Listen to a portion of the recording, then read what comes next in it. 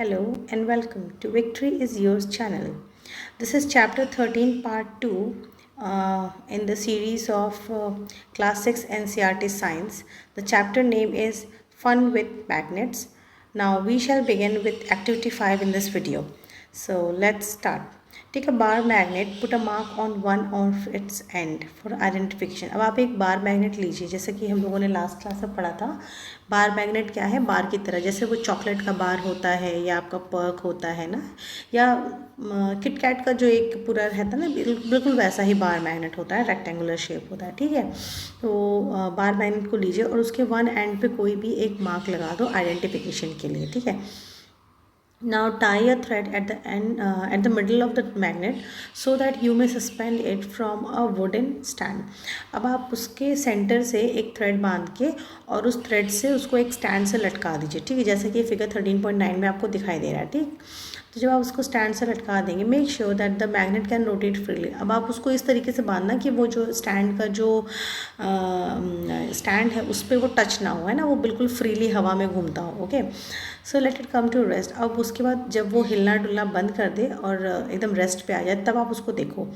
Mark 2 points on the ground to show the position of the ends of the magnet when it comes to rest. Draw a line joining the 2 points. So this line shows the direction in which the magnet was pointing in its position of rest. अब आपसे कहा जा रहा है कि जब वो बिल्कुल रेस्ट पे आ जाए तो आप धरती पर जिस डायरेक्शन में वो है उसके लाइंस बना लो. ठीक है, this line shows the direction with the magnet was pointing in its position of rest.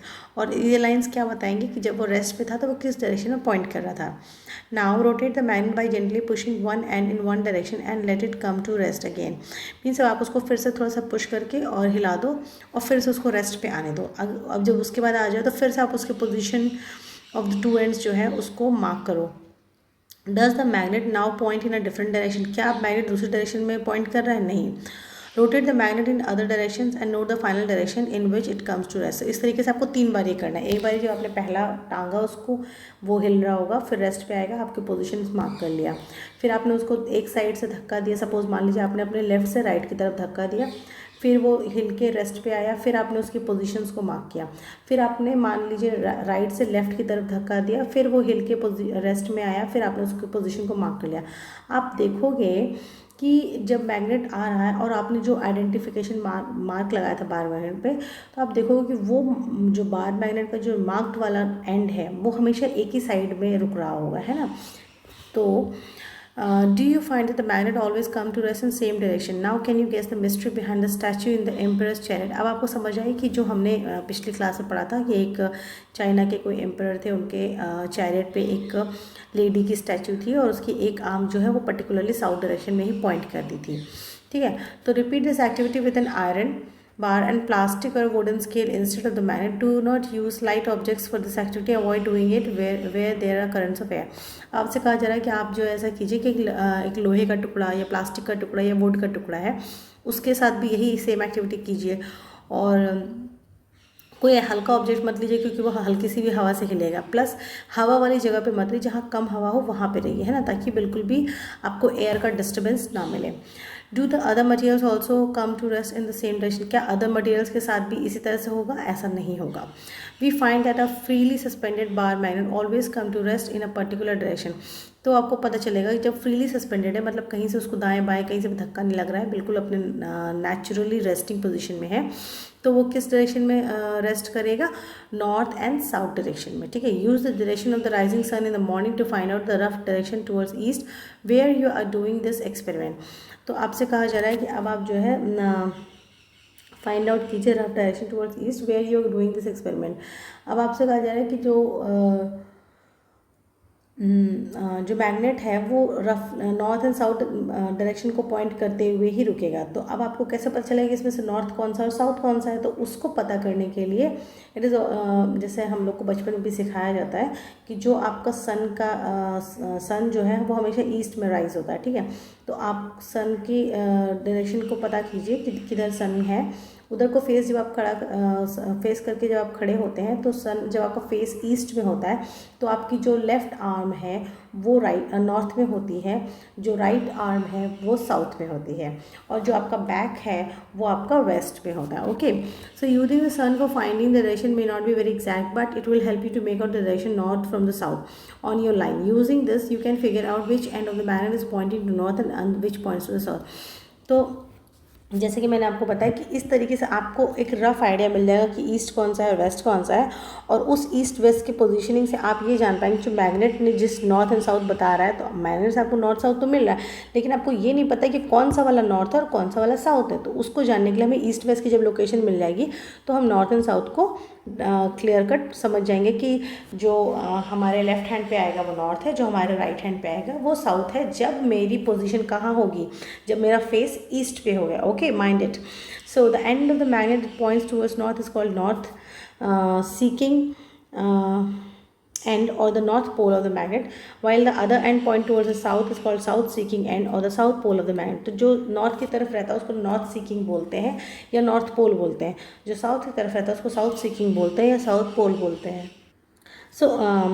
So all the magnets have two poles, whatever their shape may be. तो अब जैसे हम लोगों ने शुरू में पढ़ा लास्ट वीडियो में कि कई शेप्स में मैग्नेट बन रहे हैं, यू शेप में बन रहे हैं, बार शेप में बन रहे हैं, सिलेंड्रिकल बन रहे हैं, बॉल एंडेड बन रहे हैं, कि किसी भी शेप में बनाएंगे, लेकिन उसका जो पोल है वो हमेशा नॉर्थ एंड साउथ पोल्स में ही रहेगा. ओके, और अब जो आते हैं उनमें ऑलरेडी मार्क रहता है नॉर्थ कौन सा, साउथ कौन सा. ठीक है, so this property of the magnet is very useful for us. ये यूज़फुल है क्यों? जो ट्रैवलर्स होते थे ना पुराने समय में, have been making use of this property of magnet to find direction. वो मैग्नेट्स के हेल्प से ही डायरेक्शंस को मेक आउट कर पाते थे कि किधर किस डायरेक्शन में उनको ट्रैवल करना है, कैसे करना है, बिकॉज दैट टाइम मैप वगैरह नहीं थे उतने. ठीक है, it is said that in olden days travellers use to find direction by suspending national magnet with the thread which they always carried with them. तो जो पुराने समय में जो ट्रैवलर्स हुआ करते थे वो अपने साथ हमेशा एक मैग्नेट रखा करते थे और उसको धागे से लटका के इसी तरीके से चेक करते थे कि नॉर्थ कौन सा और साउथ कौन सा है. Later on a device was developed based on this property of magnets. It is known as compass. बहुत उसके काफ़ी समय बाद एक डिवाइस बनाई गई मैग्नेट्स की इस प्रॉपर्टी को लेके. उस डिवाइस का नाम क्या है? Compass. A compass is usually small box with glass cover on it. अब उस कंपस का एक छोटा सा बॉक्स होता है जिसपे एक ग्लास कवर होता है. अंदर उसके क्या होती है? एक मैग्नेटाइज नीडल होती है. जो नीडल है वो क्या होती है? मैग्नेटाइज होती है. मैग्नेट नहीं होती, मैग्नेटाइज्ड होती है. Okay, pivoted inside the box. Okay, और उसको बॉक्स के अंदर उसको फिक्स किया जाता है. Which can rotate freely. और वो इस तरीके से होती है कि वो उस बॉक्स के अंदर विच कैन रोटेट, हाँ, उस बॉक्स के अंदर फ्रीली रोटेट कर. The compass also has a dial with directions marked. और कंपस पे ही हमें साउथ ईस्ट वेस्ट नॉर्थ सब कुछ मार्क रहता है ना. तो जब नीडल्स जिस तरफ मूव करती है, the compass is kept at a place where we wish to know the direction. Its needle indicates the north south direction when it comes to rest. The compass is then rotated until the north and the south marked on the dial are at the two ends of the needle. तो अब जब हमें किसी जगह का north south east west जानना है तो हम क्या करते हैं? उस कंपस को ले जाके उस जगह पे रखते हैं, और जब कंपस की नीडल नॉर्थ साउथ में बताने लगती है तो हम उसको तब तक घुमाते चलते हैं जब तक कि वो एग्जैक्ट नॉर्थ और एग्जैक्ट साउथ पे ना आ जाए वो नीडल. ठीक है, तो जब एग्जैक्ट नॉर्थ एग्जैक्ट साउथ पे आ जाती है तो हमें एग्जैक्ट ईस्ट और एग्जैक्ट वेस्ट का भी पता चल जाता है क्योंकि कंपस पे डायल्स बने हुए हैं. The compass is then rotated. Okay, they have done this. To identify the north pole of the magnetic needle, it is usually painted in a different colour. अब आपको कैसे पता है कि नॉर्थ वाली नीडल कौन सी? तो उसको जो है हमेशा एक रेड कलर में या किसी अदर कलर से भी, मतलब उसकी एक मार्किंग की होती, चिन्हित किया होता, ताकि हमें पता चले कि ये वाली नॉर्थ है और ये वाली साउथ है. Make your own magnet. Make your own magnet में हम देखेंगे कि there are several methods of making magnet. Let us learn simplest one. तो कई तरीके हैं लेकिन जो सिंपलेस्ट है उसको हम देखेंगे यहाँ पे. Take a rectangular piece of iron, place it on table. Now take a bar magnet and place on its pole near one edge of the bar of the iron. और उससे कहा जा रहा है कि एक रेक्टेंगुलर पीस ऑफ आयरन लीजिए और उसको टेबल पर रखिए, और बार मैग्नेट को लीजिए और उसका जो पोल है उसको आयरन बार के एक एज की तरफ रखो. Without lifting the bar magnet, move it along the length of the iron bar till you reach the other end. तो अब ये कह रहे हैं कि बार मैग्नेट को आप उठाइए मत, सिर्फ उसको उसके साइड से लगाते हुए ले चलिए उसके अदर एंड तक. Now lift the magnet and bring the pole, the same pole you started with, to the same point of the iron bar with which you began. Move the magnet and again along the iron bar in the same direction as it before. Okay, तो कुल मिला के ये कह रहे हैं कि आपको उसके साइड्स को, मैग्नेट बार को आयरन बार के साइड्स में रब करना है. ओके, उसको घिसना है उसके बगल में रख के, उसको मतलब उठाना नहीं है, उसके रखे हुए ही साइड में घिसते रहना है. रिपीट दिस 30-40 टाइम्स, है ना. ब्रिंग अ पिन और some iron filings near the iron bar to check whether it has been magnetize, it has become a magnet or not. और उसके बाद उसको चेक करने के लिए क्या करेंगे, आयरन फिलिंग्स ले आएंगे और उसके ऊपर स्प्रेड करके आप देख सकते हो. If not continue the process. और अगर नहीं हुआ है, अगर मैग्नेटिक प्रॉपर्टी नहीं है, आयरन फिलिंग्स उस पर नहीं चिपक रही, तो आप क्या करेंगे, घिसना जारी रखेंगे. ओके, इस तरीके से. Remember that the pole of the magnet and the direction of its movement should not change. अब आपको इसमें खास बात क्या रखनी है कि जिस पोल से आपने स्टार्ट किया है, जिस तरफ से स्टार्ट किया है, उसी डायरेक्शन से ही आपको करते रहना. ऐसा नहीं कि आप डायरेक्शन चेंज कर दो. Okay, so you can also use iron nail, needle और blade and convert them into magnet. ठीक है. Now you know how to make a magnet. Would you like to make your own compass. अब आपसे कहा जा रहा है कि आपको मैग्नेट बनाना तो आ गया, क्या अब आप अपना कंपास बनाना चाहेंगे. So let's see. Here is activity 6. Magnetize an iron needle using a bar magnet. अब आपसे कहा जा रहा है कि एक आयरन की नीडल लीजिए, कील जिसको बोलते हैं, और उसको जो है बार मैग्नेट की हेल्प से मैग्नेटाइज कीजिए. Now insert the magnetise needle through a small piece of cork और फोम. आपसे कहा जा रहा है कि एक छोटा सा कॉर्क का पीस लीजिए या फोम लीजिए, उसमें उसको इंसर्ट कीजिए. Let the cork float in water. और कॉर्क को क्या कीजिए, पानी में तैरने दीजिए. सो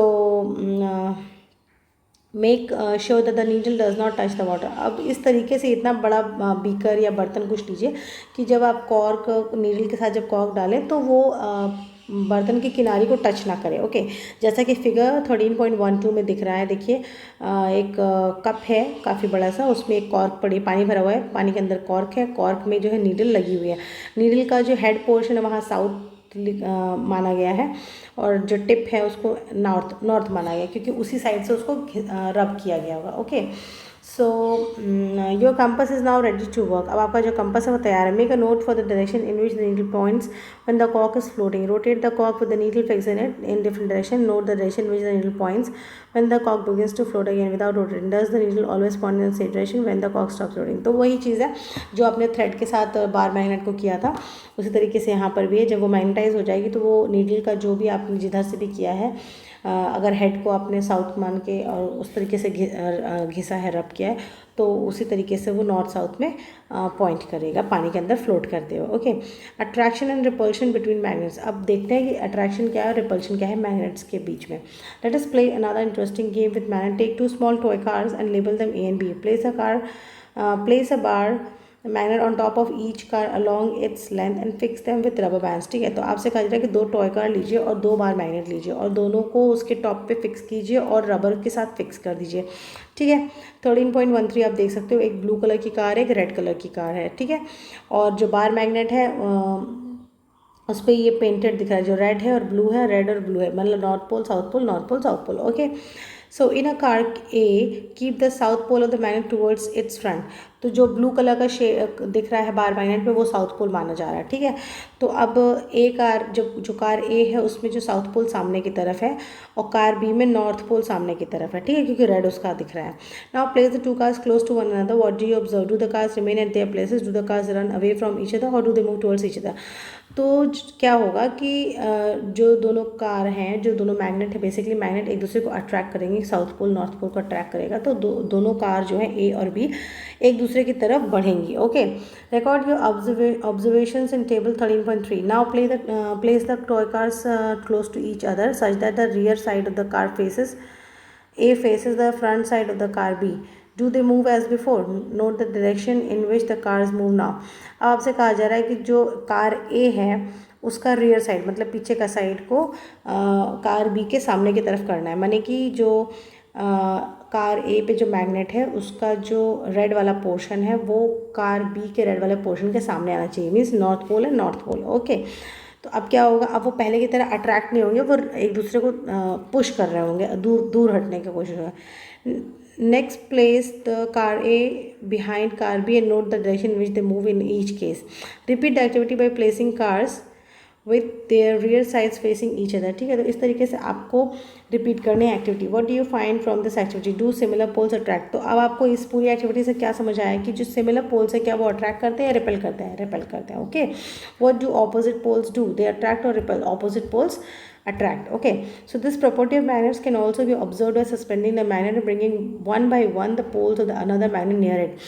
इसको आप ऐसे भी देख सकते हो कि जब हमने पिछली एक्टिविटी में उसको स्टैंड से लटकाया था थ्रेड के थ्रू, तो जब वो लटक रहा है स्टेशनरी पोजीशन में, तो आप एक दूसरा बार मैग्नेट ले आओ और उसके जो नॉर्थ पोल है उसको उस मैग्नेट के नॉर्थ पोल के तरफ ले जाओगे तो आप देखोगे कि जो थ्रेड वाला मैग्नेट है वो उससे दूर हटता जाएगा। Okay, so Bujo has this question for you. What will happen if a magnet is brought near a compass? तो कंपस के पास जब लाया जाएगा तो क्या होगा? तो सेम जो उसकी नीडल्स है वो फ्लक्चुएट करेंगे। Okay, a few questions. Magnet lose their properties if they are heated. अगर मैग्नेट्स को गर्म किया जाए या तोड़ा जाए, हैमरिंग करी जाए, तो उनकी प्रॉपर्टी ख़त्म हो जाती है। Also magnets become weak if they are not stored properly. और उनकी प्रॉपर्टी, उनका अट्रैक्शन या रिपल्शन जो भी है वो कम हो जाता है टाइम के साथ। क्यों? अगर उनको सही तरीके से स्टोर नहीं किया है। To keep them safe, bar magnets should be kept in pairs with their unlike poles on the same side. तो कहा जा रहा है कि अगर आपको मैग्नेट्स को लंबे समय तक मैग्नेटिक प्रॉपर्टी होल्ड करनी तो बार मैग्नेट को एक साथ रखिए और उनके नॉर्थ को साउथ के साथ रखिए। मतलब जब दो बार मैग्नेट आप एक साथ रखोगे तो नॉर्थ को साउथ के साथ, साउथ को नॉर्थ के साथ, इस तरीके से आपको पोजिशनिंग करनी है। They must be separated by a piece of wood while two pieces of soft iron should be placed across their ends. तो बीच में उनके एक वुड का रखिए। देखिए 13.16 में आपको ये दिख रहा है कि जैसे ये मैच बॉक्स जैसा एक ये स्ट्रक्चर बना है, दो बार मैग्नेट है, उनके रेड सरफेसेस ऊपर की तरफ है, बीच में एक वुड है और आयरन के साथ रखा हुआ है। ठीक है, for horseshoe magnet one should keep a piece of iron across the poles. तो जब ये हॉर्स शू है जो यू शेप का है, इसके लिए क्या करना है कि जो उसके दोनों एंड से सामने की तरफ आ रहा है तो वहाँ पे एक आयरन का टुकड़ा रख देना चाहिए। Keep magnets away from cassettes, mobiles, television, music system, compact disc and computers. और मैग्नेट्स को इन सारी जो भी मैंने नाम लिए हैं इन सब चीज़ों से दूर रखना चाहिए। So with this we come to the end of this chapter. हमने इसमें कंपस को समझा, मैग्नेट समझा, मैग्नेटाइट समझा, north pole and south pole समझा। ठीक है, नॉर्थ पोल वो एंड है पोल का, मैग्नेट का, जो नॉर्थ की तरफ हमेशा रेस्ट करेगा।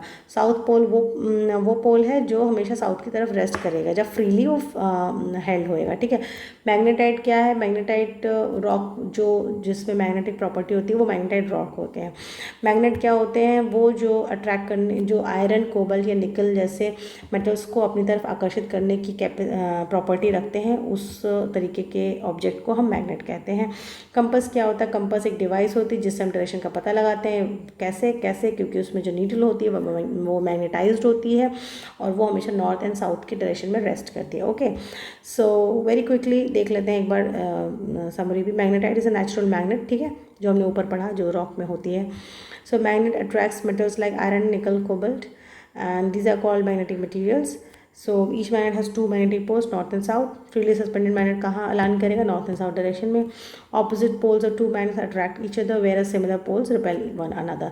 So with this we come to the end of this chapter 13. Thank you so much. Thanks for watching. Keep watching, keep studying, be victorious. Please share and subscribe. Don't forget to leave your comment below.